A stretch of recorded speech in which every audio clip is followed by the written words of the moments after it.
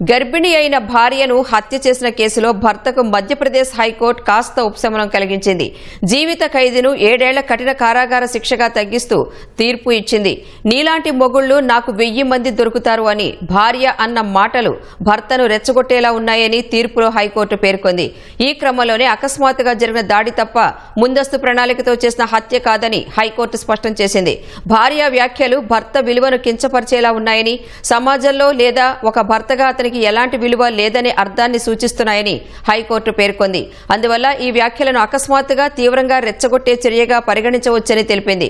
మధ్యప్రదేశ్లోని చిందవారా జిల్లా చౌరాయ్ బ్లాక్కు చెందిన శివ కహార్ అనే వ్యక్తికి అతని భార్య కిరణ్కు 2021 సెప్టెంబర్ 18న గొడవ జరిగింది. ఆ సమయంలో కిరణ్ 7 నెలల గర్భిణి. గొడవ సమయంలో నీలాంటి భర్తలు నాకు 1000 మంది దొరుకుతారు అని భర్తను దూషించింది. ఈ మాటలతో ఆగ్రహానికి గురైన శివ పక్కనే ఉన్న రాయితో ఆమె తలపై బలంగా బాదాడు. తీవ్ర గాయాలైన కిరణ్ అక్కడికక్కడే ప్రాణాలు కోల్పోయింది. ఈ కేసును విచారించిన చిందవారా జిల్లా కోర్టు శివకహార్కు జీవిత ఖైదు విధించింది. ఈ శిక్షను సవాలు చేస్తూ నిందితుడు హైకోర్టును ఆశ్రయించాడు.